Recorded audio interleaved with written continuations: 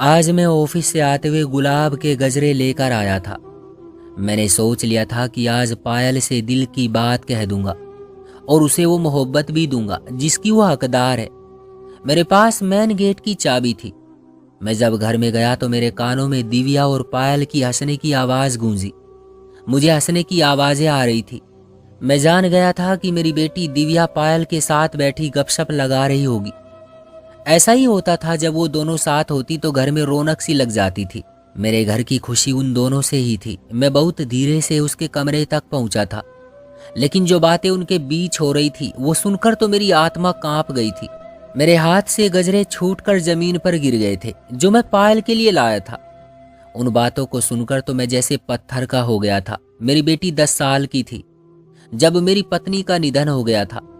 मैंने दूसरी शादी नहीं की थी। अपनी बेटी को माँ बाप दोनों का प्यार दिया था, लेकिन फिर भी वो चुप चुप सी रहती थी। इसकी वजह यह थी कि मैं उसे पूरा वक्त नहीं दे पाता था।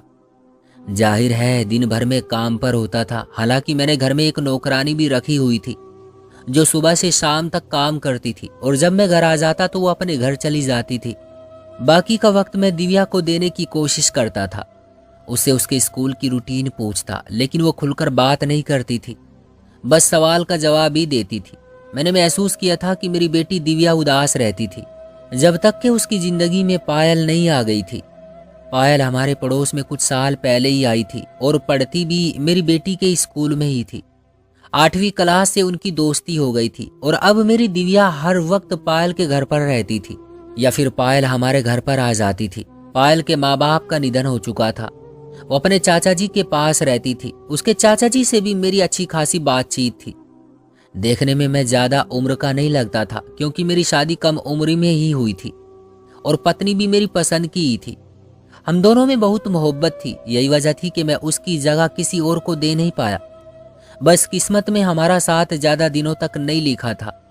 जब से मेरी बेटी की दोस्ती पायल से हुई थी वो हंसने लगी थी, बातें करने लगी थी। घर में एक रौनक सी लगी रहती थी। कभी वो दोनों किचन में होती, कुछ ना कुछ पका रही होती।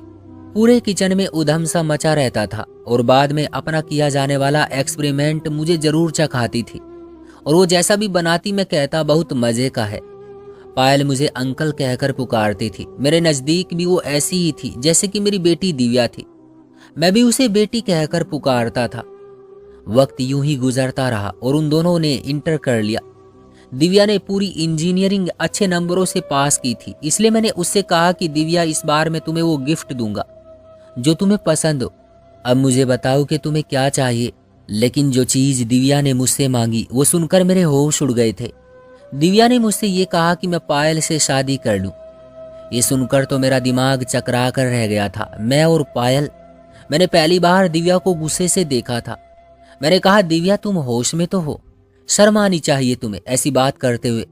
वो तुम्हारी दोस्त है, मेरे लिए बेटी जैसी है, और तुम शादी की बात कर रही हो। वो कहने लगी, मेरी दोस्त बहुत अच्छी है, उससे मेरी बहुत दोस्ती है। बाबा मैं उसके बगैर नहीं रह सकती, आप पायल से शादी कर लें, मुझे बस पायल चाहिए। मैं उसकी बात सुनकर गुस्से में आ गया था। मैंने कहा कि वो कोई चीज नहीं है जो तुम्हें ला कर दे दूं। एक जीती जागती इंसान है और मुझे वो तुम्हारी तरह ही प्यारी है। मैं किसी कीमत पर यह कदम नहीं उठाऊंगा जो मुझे पायल और उसके चाचा जी के सामने शर्मिंदा कर दे। दिव्या तुम सोच भी कैसे सकती हो? मेरा तो सुनकर ही दिमाग चकरा कर रह गया है। वो बच्ची मेरे बारे में क्या सोचेगी? हालांकि मैंने तो कभी उसमें और तुम में फर्क तक नहीं समझा। खबरदार जो तुमने दोबारा मुझसे इस तरह की बात की तो। मैंने आज तक कभी दिव्या को नहीं डांटा था, लेकिन आज तो उसकी बात ऐसी थी कि मेरे बोलने का अंदाज बदलकर सख्त हो गया। मेरा दिमाग इस बात को स्वीकार नहीं कर रहा था। वो कैसे ये सब सोच सकती थी? मेरे सख्त लहजे को सुनकर दिव्या रोते हुए मेरे पास से उठकर चली गई। मुझे लगा कि खुद ही समझ जाएगी। मैं इस बात को बिल्कुल भूल जाता, लेकिन दिव्या ने तो हद ही कर दी। खाना पीना तक छोड़ दिया था और निढाल सी अपने कमरे में लेटी रहती थी। मैं वजह पूछता तो कहती कि मैं पायल से शादी के लिए तैयार हो जाऊं। भला ये भी कोई जिद है? मैं कैसे उसके कहने पर किसी बच्ची की जिंदगी खराब कर सकता था?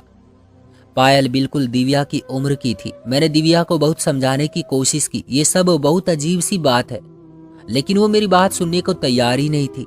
वो 2 दिन तक भूखी रही, फिर तीसरे दिन कमजोरी से बेहोश हो गई। मैं अब उसके सामने खुद को बेबस महसूस करने लगा था। मैं उसकी बात मान भी लेता तो पायल के चाचा जी ये सुनते ही उसे हमारे घर भेजना ही छोड़ देते। बेहोशी में भी दिव्या पायल का ही नाम ले रही थी। 3 दिन में ही दिव्या का चेहरा बदल सा गया था, लेकिन मैंने इस बात की खबर पायल को नहीं दी थी। लेकिन अब मैं बेबस सा हो गया था। दिव्या की हालत देखकर मैंने पायल को कॉल करके इस बात की खबर दी कि दिव्या बीमार है। ये सुनते ही पायल फौरन अस्पताल के कमरे में पहुंच गई थी और सीधी दिव्या के पास आकर खड़ी हो गई। कहने लगी, दिव्या तुम्हें क्या हो गया है?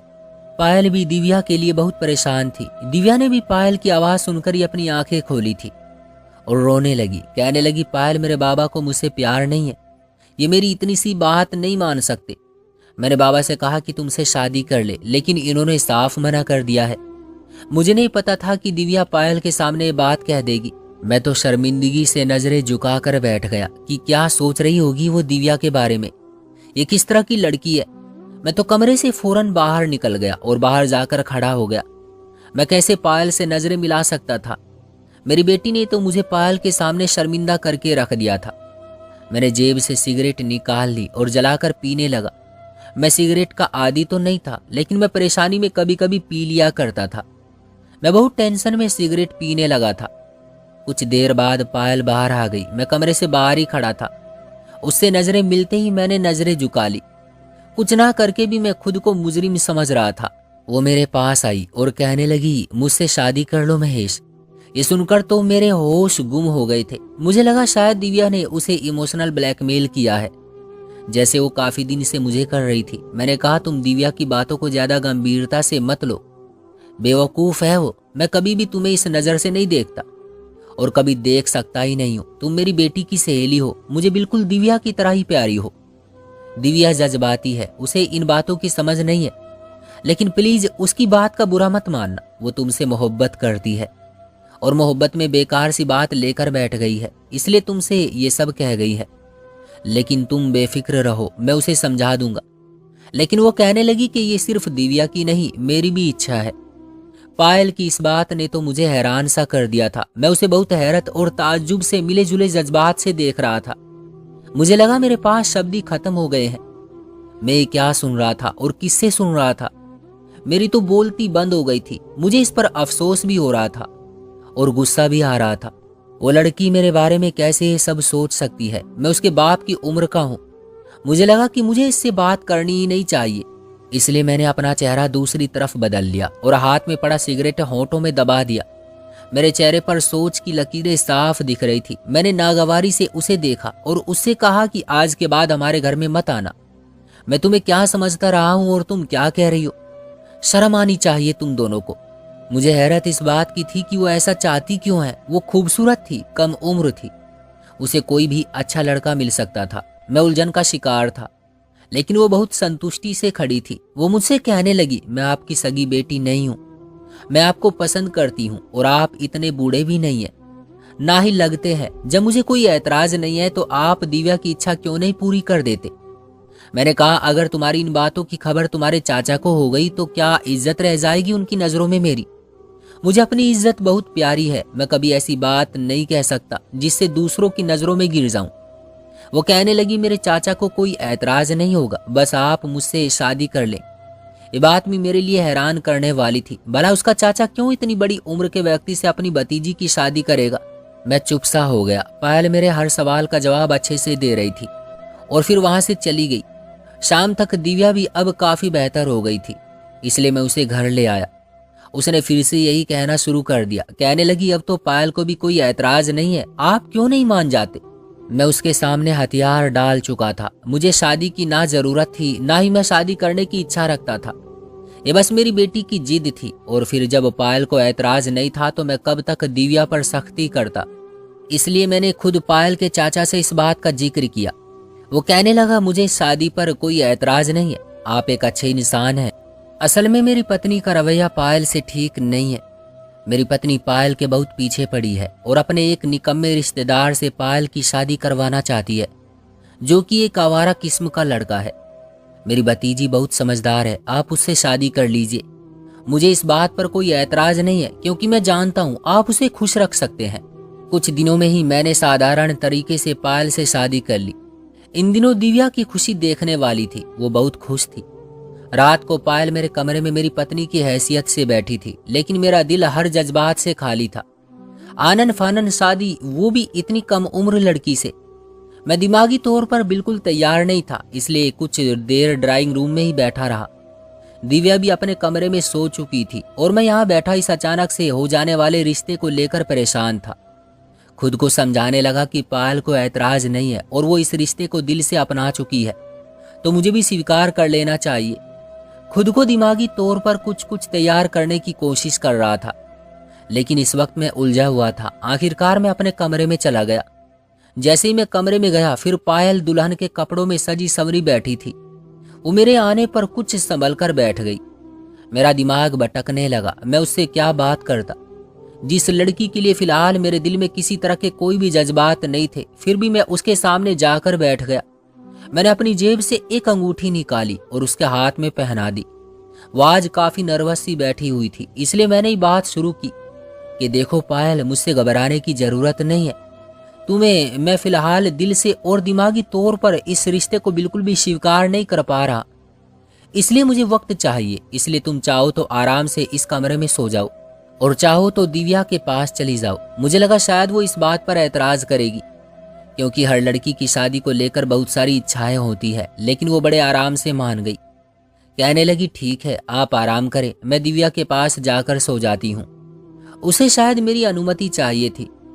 वो फौरन कमरे से बाहर निकल गई। मेरे लिए ये बात भी हैरान करने वाली थी। हर लड़की शादी की रात के लिए बहुत सी इच्छाएं दिल में रखती है, फिर वो मुझे चाहती भी थी, तो फिर उसने इतनी जल्दी मेरी बात कैसे मान ली? जबकि मैं उसे पसंद था, इसलिए उसे कुछ न कुछ ऐतराज तो होना चाहिए था। खैर, मुझे लगा उसे भी वक्त देना चाहिए। पायल फिर रोज ही दिव्या के पास सोने लगी थी। उसके साथ ही हंसती बोलती बातें करती। मैं रोज उन्हें जब कॉलेज छोड़ने जाता तो वो मेरे बराबर में फ्रंट सीट पर बैठ जाती और दिव्या को तंग करते हुए कहती कि अब मेरा यहाँ बैठने का हक है, क्योंकि शादी से पहले दिव्या मेरे साथ फ्रंट सीट पर बैठती थी। मैंने इस बात को ज्यादा गंभीरता से नहीं लिया था, लेकिन उसी रात जो कुछ मेरे और पायल के बीच हुआ उसने मुझे हैरान कर दिया था। एक बार मैं अपने कमरे में कोई किताब पढ़ रहा था कि पायल मेरे कमरे में आ गई। मैं अपने कमरे का दरवाजा लॉक नहीं रखता था। मैंने आने की वजह पूछी तो मुझसे कहने लगी कि दिव्या सो चुकी है, लेकिन मुझे नींद नहीं आ रही, मैं आपके पास बैठकर बातें कर लूं। सुबह संडे है, छुट्टी है कॉलेज की। मैंने कहा हाँ बैठ जाओ। वो बेड की दूसरी साइड पर बैठ गई। मैंने किताब साइड पर रखी और नजर का चश्मा भी उतार कर बॉक्स में रख दिया। वो मुझे बहुत ध्यान से देख रही थी। मेरी नजर जब उस पर पड़ी तब भी वो मुझे ही देख रही थी। अचानक ही मेरे चेहरे पर मुस्कुराहट सी सज गई। वो भी मुस्कुराने लगी और मुझसे कहने लगी, आप इस उम्र में भी देखने में कितने हैंडसम हैं। जवानी में तो और भी होते होंगे। आप मुस्कुराते हैं तो आपके चेहरे का डिंपल बहुत प्यारा लगता है। उसके मुंह से अपनी तारीफ सुनकर मैं कुछ पल ये समझ नहीं पाया कि जवाब क्या दूं। मैंने कहा, हाँ जवानी में बहुत सी लड़कियां मुझ पर फिदा थी, लेकिन अब तो मैं 40 साल का हो गया हूँ, अब कहाँ वो बात रही। मेरी बात पर वो हंसने लगी, फिर बोली, खैर ऐसी बात तो नहीं है, अभी भी आप एक जवान लड़की के बाप नहीं लगते। जब पहली बार मैंने आपको देखा था मैं समझी थी आप दिव्या के बड़े भाई हैं। फिर कहने लगी कि मैं क्या, हमारे कॉलेज की बहुत सी लड़कियां यही समझती हैं कि आप दिव्या के बड़े भाई हैं। फिर वो मुझसे मेरी पहली शादी के किस्से सुनने लगी, क्योंकि मेरी पहली पत्नी से मेरी शादी मोहब्बत की थी। वो बड़ी दिलचस्पी से मुझे देखते हुए मेरी और मेरी पहली पत्नी की लव स्टोरी सुन रही थी। सुनते सुनते उसकी आंखें बंद सी होने लगी थी। वो बेड की दूसरी तरफ बैठी थी, वही लेटकर सो गई। मैंने पहले तो उसे जगाना चाहा, लेकिन वो गहरी नींद में थी। मैंने उसे चादर ओढ़ा दी और खुद भी सो गया। मेरे दिल की धड़कन ने नई लहर सी ली जब पायल नींद में मेरे बहुत करीब आ चुकी थी। मेरे बाजू पर सर रख कर सोई हुई थी। उसका हाथ मेरे सीने पर धरा हुआ था। पहले तो अपने बाजू पर बोझ देखकर मैं नींद से हड़बड़ा कर उठा था, लेकिन जब उसे अपने इतने करीब देखा तो दिल की धड़कनों ने बेइख्तियारी सी पैदा कर दी थी। पहली बार मैंने उसका चेहरा इतने करीब से देखा था। उसकी निकटता ने मेरे अंदर के दबे हुए जज्बात को बुरी तरह से झिंझोड़ दिया था। मैं पहले ही तड़प सा रहा था और बाकी की रही सही कसर अचानक से ही होने वाली बारिश ने पूरी कर दी। एकदम बादल की गरज से वो मेरे बिल्कुल करीब आ गई थी। मेरे सीने पर सर रख लिया। मेरी हालत ये थी कि मैं पसीने से भीगा हुआ था। मैं थोड़ा असहाय महसूस करने लगा था, इसलिए मैंने उसे खुद में समेट लिया। पहली बार मेरा दिल अपनी पहली पत्नी के बाद किसी के लिए इस तरह धड़का था। इससे पहले कि मैं बेखुदी से कुछ आगे बढ़ता कि मेरे कमरे की कुंडी बजी। मैं चौंक सा गया था। फिर ख्याल आया कि बारिश से तो दिव्या भी घबराती है। पायल गहरी नींद में थी। मैंने धीरे से उसे खुद से अलग किया और उठकर कमरे का दरवाजा खोल दिया। दिव्या उड़े हुए रंग के साथ घबराई हुई खड़ी थी। मेरे दरवाजे खोलते ही वो मेरे साथ लगी। बाबा, मुझे डर लगता है। बादल इतनी जोर से गरज रहे थे। फिर पायल भी मेरे पास नहीं थी। मैंने दिव्या का माथा चूमा और उसे तसल्ली दी। फिर कहा कि दिव्या, अब तो बड़ी हो जाओ बेटी, बारिश और बादल की गरज चमक से कौन डरता है। जाओ सो जाओ, पायल के साथ मैं तुम्हारे कमरे में चला जाता हूँ। दिव्या पायल के बराबर में सो गई और मैं दिव्या के कमरे में आकर लेट गया। लेकिन मेरी नींद अब उड़ चुकी थी। मेरी नजरें खुद ब खुद पायल के लिए बदलने लगी थी। एक बार मेरे एक दोस्त ने हमें खाने पर इनवाइट किया। मैं दिव्या और पायल को पहले ही तैयार रहने को कह चुका था। जब मैं ऑफिस से वापस आया तो पायल मेरे कमरे में 2 जोड़े हैंगर में लगे बेड पर रखे बैठी थी। मैंने कहा, तुम तैयार नहीं हुई? कहने लगी, मुझे समझ नहीं आ रहा इनमें से कौन सा ड्रेस पहनूं। दिव्या भी नहीं बता रही। आप मुझे बताइए ना, कौन सा ज्यादा अच्छा है। आप जो कहेंगे मैं वही पहन लूंगी। उसके इस सवाल पर मैं हंसने लगा। मैंने कहा, मैं भी दिव्या का ही बाप हूँ। मुझे इन बातों के बारे में कुछ नहीं पता है। जो तुम्हें ज्यादा अच्छा लग रहा है पहन लो। वो मेरे पास आकर मेरी आंखों में देखकर हक जताकर बोली, मेरे भी तो कुछ लगते हैं आप। मुझे आज आपकी पसंद पहननी है। ये सुनकर मेरा दिल धक से रह गया था। वो किसी बच्चे की तरह से जिद करने लगी कि मैं उसे अपनी पसंद बताऊं। मैंने उसे एक ड्रेस बता दी। वो खुश हो गई। लेकिन जब तैयार होकर मेरे सामने आई तो मैं आंखें झपकना ही भूल गया था। वो बहुत खूबसूरत लग रही थी। फिर जब वो मुझसे पूछने लगी कि महेश मैं कैसी लग रही हूँ, सच सच बताइए, तो मेरा दिल मुझे कहने लगा कि तुम इसकी तारीफ उन शब्दों से करो जिनसे तुम अपनी पहली पत्नी की करते थे। मेरे दिल का शोर अब मेरा चैन चुराने लगा था। कुछ पायल भी दिव्या की तरह से ही मेरे साथ रहने की कोशिश करती थी। अगर मैं दोनों के लिए कपड़े खरीद कर लाता तो वो दिव्या की तरह मेरे गले लग जाती, मेरे कान के करीब आकर कहती, I love you Mahesh and thank you so much. Divya मेरी बेटी थी। उसके लिए मेरे जज्बात अलग थे। उसका मुझसे मोहब्बत करना भी अच्छा लगता था, जैसा एक बाप को लगना चाहिए। लेकिन जब वही बात पायल मुझसे कहती तो मेरा दिल मेरे अंदर धमाल डालने लगता था। पायल का अचानक से मेरे करीब आना मेरी रातों की नींद उड़ाने लगा था। अब मेरा जी चाहता कि मैं उसे अपने कमरे में रखा करूं, उसकी तारीफ किया करूं, उसके करीब रहूं। आज मैं ऑफिस से आते हुए गुलाब के गजरे लेकर आया था। मैंने सोच लिया था कि आज पायल से दिल की बात कह दूंगा और उसे वो मोहब्बत भी दूंगा जिसकी वो हकदार है। मेरे पास मेन गेट की चाबी थी। मैं जब घर में गया तो मेरे कानों में दिव्या और पायल की हंसने की आवाजें गूंजी। मेरे घर में उन दोनों से ही तो रौनक थी। मैं बहुत धीरे से उनके कमरे तक पहुंचा था, लेकिन जो बातें उन दोनों के बीच हो रही थी वो सुनकर तो मेरी आत्मा कांप सी गई थी। मेरे हाथ से गजरे जमीन पर गिर गए थे जो मैं पायल के लिए लाया था। मैं तो जैसे ये बातें सुनकर पत्थर का हो गया था। ये क्या खेल खेला था उन दोनों ने मिलकर मेरे साथ। बड़े मरे मरे कदमों से मैं अपने कमरे में वापस लौट कर आया था। पहली बार ड्रेसिंग के शीशे पर नजर पड़ते अपनी उम्र बहुत बड़ी सी लगने लगी थी। लग रहा था कि मैं 40 की बजाय 80 साल का हो चुका हूँ। बहुत रोकने के बावजूद भी मेरी आंखों से आंसू बहने लगे थे। मैंने खुद को तब संभाला जब पायल वही गजरे पहने मेरे कमरे में मुस्कुराती हुई आई। कहने लगी, आप मेरे लिए इतने खूबसूरत गजरे लाए थे तो फिर मुझे क्यों नहीं दिए थे? कमरे के बाहर क्यों रख दिए, वो भी जमीन पर? फिर वो मेरे पास आने लगी, लेकिन मैं पीछे हट गया। मैंने कहा, खाना गर्म करो, मुझे भूख लगी है। वो ये सुनकर कमरे से बाहर चली गई। जो हकीकत मेरे सामने खुली थी, कैसे मुमकिन था कि मैं उसके करीब भी जाता? मुझे अपना आप धुआं धुआं सा लग रहा था। उसके बाद मैंने खुद ही पायल से दूरी रखनी शुरू कर दी। आज वो दोनों कॉलेज के फंक्शन पर जाने के लिए तैयार हुई और पायल मेरे कमरे में आ गई। अच्छी खासी तैयार थी, प्यारी भी लग रही थी। मैंने नजरें चुरा ली। मैं गाड़ी की चाबी पकड़े बाहर ही आ रहा था, लेकिन उसे अपने सामने देखकर रुक गया। वो अब भी मुझे मुस्कुराकर देखकर पूछने लगी, महेश मैं कैसी लग रही हूँ? मेरे अंदर तो उन शब्दों ने जैसे आग सी लगा दी। जो सच्चाई मैं जान चुका था, उसके बाद मैं इस सवाल का क्या जवाब देता? मैंने उसे गुस्से भरी नजरों से देखा और गुस्से से उसके दोनों बाजुओं को पकड़ा। उसकी आंखों में देखकर सख्त लहजे में कहा, बताऊं तुम्हें कि कैसी लग रही हो? मेरे इस अंदाज पर वो कुछ सहम सी गई थी। शायद उसे मुझसे ऐसे रवैये की उम्मीद नहीं थी। मैंने उसे सख्ती से शब्द चुभाकर कहा, बहुत बुरी लग रही हो। ये कहकर मैंने उसे छोड़ दिया। वो फौरन से मेरे कमरे से बाहर निकल गई। मैं गाड़ी में जाकर बैठ गया। मेरे अंदर तो ऐसी आग थी, जी चाह रहा था पायल से इससे भी ज्यादा सख्त रवैया अपनाऊं। मैंने हॉर्न बजाना शुरू कर दिया। दिव्या भागती हुई बाहर आई और गाड़ी में बैठ गई। फिर मुझे नखरे दिखाते हुए बोली, आप बीना बाबा बहुत जल्दी मचाते हैं। आपको पता तो है कि लड़कियों की कितनी तैयारी होती है। वो अच्छी खासी तैयार होकर भी नाराज थी। मेरा अगर मूड अच्छा होता तो दिव्या की बात का हंस हंस कर जवाब भी दे देता। मैं खामोशी से बैठा रहा। हैरत तो मुझे पायल को देख कर हुई थी, जो मुंह धोकर बिल्कुल सादी सी बैठी थी। आंखों से लग रहा था। मैंने उसके चेहरे से नजरें हटा ली। वो जब मेरे बराबर में फ्रंट सीट पर बैठने लगी तो मैंने उसे टोक दिया, जाओ जाकर पीछे बैठो। लेकिन वो फिर भी फ्रंट सीट पर ही बैठी थी। पूरे रास्ते वो दबी दबी सिसकियां लेकर रोती रही। दिव्या उससे वजह पूछ पूछ कर थक गई कि वो रो क्यों रही है, लेकिन मैंने एक बार भी उसकी तरफ नहीं देखा। मेरे जज्बात कोई पत्थर के नहीं थे कि कोई भी आकर मुझसे खेल जाए। उसे बस इस बात का रोना आ रहा था कि मैंने उससे सख्त लहजे में बात क्यों की है। लेकिन ये नजर नहीं आ रहा कि वो अपने चक्कर में मेरे साथ कितना बड़ा जुल्म कर रही थी। मैं सही था, मेरा रवैया भी अपनी जगह बिल्कुल सही था। बस कमबख्त दिल काबू में नहीं रहा था। पायल की सिसकियों ने पूरा दिन मुझे बेचैन रखा था।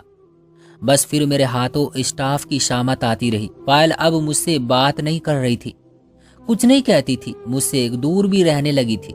अच्छी बात थी कि वो मुझसे दूर ही रह रही थी, लेकिन बस उसकी नजरें मुझ पर जमी रहती थी, जिनमें न जाने क्यों ढेरों शिकवे थे। वक्त आगे को बढ़ता गया था। अब दोनों की पढ़ाई पूरी हो चुकी थी। उन्हीं दिनों मेरे दोस्त ने अपने बेटे के लिए दिव्या का रिश्ता मांग लिया। वो लड़का मुझे पसंद था, लेकिन फिर भी मैंने दिव्या से उसकी मर्जी पूछी थी, क्योंकि ये बेटी का हक है। उसके चेहरे की मुस्कुराहट ही उसकी हाँ थी। कुछ महीनों में दिव्या की शादी तय हो गई थी। जिस दिन दिव्या विदा हुई, पायल से गले लगकर बहुत रोई थी। पायल भी रो रही थी। दिव्या जा चुकी थी। अब घर में सिर्फ मैं था और पायल थे। मेरा कठिन समय तो अब शुरू हुआ था। मैंने पायल से कहा कि मुझे तुमसे कुछ बात करनी है। वो मुझे कुछ थकी थकी सी लग रही थी। फिर दिव्या की जुदाई से भी उदास थी। वो लॉन्ज में रखे डाइनिंग टेबल की कुर्सी पर खामोशी से बैठ गई। मैं उसके सामने कुर्सी पर बैठ गया। मैं सोच चुका था कि ये मजबूरी का बंधन भी अब खत्म कर दूं, जिसे पायल ने अपने कड़े वक्त को गुजारने के लिए मुझसे जोड़ा था। उस दिन वो और दिव्या यही बातें कर रहे थे। पायल, तुमने बाबा से शादी अपनी चाची के रिश्तेदार से बचने के लिए कर तो ली है, लेकिन तुम्हें बुरा तो लगता होगा ना। बाबा तुमसे बहुत बड़े हैं। तुम्हारा भी मेरी तरह ये दिल चाहता होगा कि तुम्हारा पति भी। दिव्या ये कहकर चुप हो गई और पायल हंसते हुए बोली, मेरा पति भी हैंडसम और टचिंग हो, यही कहना चाहती हो ना दिव्या? जाहिर है मेरी भी ऐसी ही इच्छा है। भला तुम्हारे बाबा मेरे साथ किस एंगल से अच्छे लगते हैं, कितने बड़े हैं वो मुझसे। पायल की बातों ने मुझे किसी गहरी खाई में फेंका था।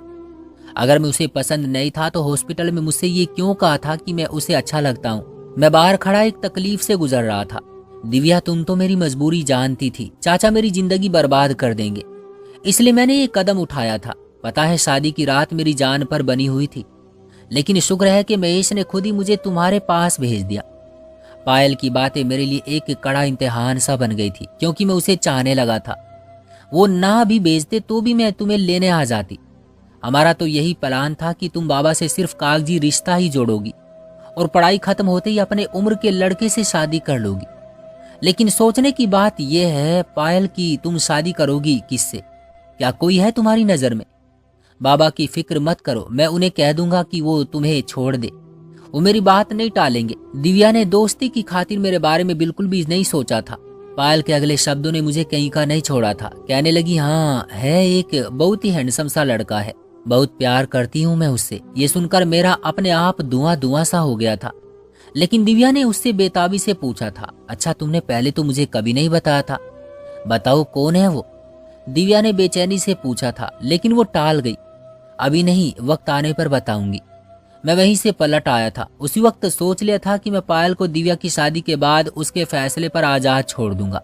इसलिए मैंने बात खुद ही शुरू की थी। पायल, तुम्हारी पढ़ाई भी पूरी हो चुकी है, इसलिए मैं चाहता हूँ कि तुम जिस लड़के को पसंद करती हो उससे कहो कि मुझसे आकर मिल ले। मैं तुम्हारी उससे शादी करवाना चाहता हूँ। मेरी बात सुनकर वो चौंक सी गई थी। आप ये क्या कह रहे हैं महेश? वो हैरान थी। मैंने कहा, तुम्हें और किसी ड्रामेबाजी की जरूरत नहीं है पायल। मैं तुम्हारी और दिव्या की बातें सुन चुका था। जाहिर है तुम्हारी भी अपनी एक जिंदगी है। मुझे जैसे बूढ़े की जिंदगी का वैसे भी कोई भरोसा नहीं है, लेकिन मुझे बस तुमसे एक गिला है। तुम अगर मुझसे सच भी कह देती कि तुमने मुझसे शादी किस मकसद के लिए की है तो मैं तब भी मना नहीं करता। तुम्हें सहारा चाहिए था पायल, और वो मैं सच सुनकर भी दे देता। लेकिन जो खेल तुमने और दिव्या ने मेरे साथ खेला वो गलत था। जब तुम्हें पसंद कोई और था तो मुझसे ये क्यों कहा कि मैं तुम्हें अच्छा लगता हूँ? तुम मुझसे शादी करने के लिए खुश हो। मैं बहुत दिल दुखी वाले अंदाज से बातें कर रहा था। मैं उस वक्त बहुत बड़ी तकलीफ से गुजर रहा था, क्योंकि वो अब मेरे दिल में बस चुकी थी। वो चुप थी, वो बस एक टूक बांधे मुझे देखे जा रही थी। शायद अपने रवैये पर शर्मिंदा थी। तुम मुझे तलाक दे देना जब भी तुम चाहो। अब तुम जल्द से जल्द उस लड़के को बुलाओ जो तुम्हें पसंद है, ताकि मैं तुम्हारा रिश्ता भी उससे तय कर दूं। अब तुम्हारे साथ एक घर में एक ही छत के नीचे मैं नहीं रहना चाहता। ये कहकर मैं अपने कमरे में चला गया। ये फैसला मेरे लिए तब इतना मुश्किल नहीं होता अगर पायल और दिव्या मुझसे सच कहती, लेकिन जो ड्रामा उन्होंने रचाया था, मेरे जज्बात पूरी तरह से हिल गए थे। मेरी आंखों से नींद कोसों दूर थी, लेकिन मैं बेड पर लेट गया। बड़ी जोर से दरवाजा खटखटाने पर मैं चौंक सा गया था। महेश दरवाजा खोलिए। पायल थी, लेकिन इस वक्त क्यों आई थी? मैंने कहा तुम अपने कमरे में चली जाओ, मैं इस वक्त तुमसे बात नहीं करना चाहता। मैं किसी तकलीफ से गुजर रहा था। मैं नहीं चाहता था कि मैं उससे झगड़ा कर बैठूं, लेकिन वो आज जिद पर थी। शायद रो रही थी। कहने लगी, अगर आपने दरवाजा नहीं खोला तो मेरा मरा हुआ मुंह देखोगे। पायल की बात सुनकर मेरी जान होठों पर आई थी। उस बेवकूफ लड़की पर मुझे गुस्सा सा आने लगा था। मैंने उठकर दरवाजा खोला। वो अभी भी उन्हीं कपड़ों में थी जो दिव्या की शादी में पहने थे, वैसे ही तैयार भी थी, बस रोने से काजल फैली हुई। उस वक्त वो भी उसकी खूबसूरती बढ़ा रही थी। मैंने नजरें फेर ली। वो अंदर आ गई और मुझसे पूछने लगी, कैसी लग रही हूं मैं? पायल की बात पर मैंने बहुत हैरानी से उसे देखा था। ये कैसा बेकार सा सवाल था। वो मेरे बिल्कुल करीब आ गई थी। कुछ पूछा है मैंने आपसे? मैं आपको कैसी लग रही हूं महेश? ये कहकर वो मेरे सीने से लगकर रोने लगी। मैं तो अपनी जगह फ्रीज सा हो गया था। आपने आधी अधूरी बातें सुनी महेश, और खुद से कुछ भी सोच लिया। मेरे लिए खूबसूरत लड़का हो, ये दिव्या की सोच थी। मैं कई बार उसे कह चुकी थी कि तुम्हारे बाबा मेरे आइडियल पर्सनैलिटी है, मुझे उनकी शख्सियत बहुत अट्रैक्ट करती है। लेकिन दिव्या उम्र का फर्क मेरे सामने रख देती थी। उसे लगता था मैंने चाची के रिश्तेदार से बचने के लिए मजबूरन आपसे शादी की है। इसलिए मैं दिव्या को वही जवाब दे रही थी जो वो सुनना चाहती थी, क्योंकि मैं उसे यकीन दिला दिलाकर थक गई थी कि मैंने आपको दिल से स्वीकार किया है। आए सच है कि शादी की रात में बहुत नर्वस थी, और वो हर लड़की होती है। लेकिन इसके बाद मेरी इच्छा थी कि आप मुझे देखें, मेरी तारीफ करें, मुझसे बातें करें। लेकिन आप मुझसे लापरवाह से रहते थे, इसलिए मैंने खुद से आपकी तरफ कदम बढ़ाया था। आपसे रात के वक्त बातें करने लगी, आपके बराबर में सो गई। मुझे आपका वक्त चाहिए था महेश, मुझे मेरे रिश्ते का हक चाहिए। लेकिन मैं खुद से ये बात नहीं कहना चाहती थी। हर लड़की की इच्छा होती है कि ऐसा कदम पहली बार उसका पति उठाए, इसलिए बारिश के बहाने से आपके करीब आ गई थी। लेकिन दिव्या के आ जाने से सब कुछ खराब हो गया। मेरी इच्छा थी कि आपकी पसंद पहनूं, आपकी मुझ पर मोहब्बत भरी नजरें उठे। आपकी नजरें मुझे अंदर तक खुश सा कर देती थी। मैं बहाने बहाने से आपके करीब आने की कोशिश करती थी कि शायद आपको मेरी इच्छा का एहसास हो, लेकिन आप तो शायद पत्थर के हैं महेश। मेरे साथ लगी वो मुझसे शिकवे कर रही थी। मैंने उसे अपनी बाहों में ले लिया। ये एक गलतफहमी थी जो हमारे बीच इसलिए पैदा हो गई कि मैंने पायल की तरह पहल नहीं की थी। ये गलती तो मेरी थी। मैंने उसका चेहरा अपने दोनों हाथों में लिया और उसके माथे को चूमकर उसे उसका पहला हक दिया था। बहुत खूबसूरत लग रही हो, मैंने तारीफ की शुरुआत की। यूं रोते हुए पायल ने मुझे नाराजगी से देखकर पूछा, शिकवा भी किया? मैं मुस्कुराने लगा। वो वाकई बहुत खूबसूरत थी, देखने में भी और दिल की भी। मैं ही उसे समझ नहीं पाया था। दोस्तों, आपका क्या कहना है इस कहानी के बारे में? कमेंट बॉक्स में हमें जरूर बताइएगा। वीडियो को लाइक और चैनल को सब्सक्राइब कर लीजिएगा ताकि आने वाली वीडियो आपको तुरंत मिले। मुझे दीजिए अगली वीडियो तक इजाजत। तब तक के लिए धन्यवाद।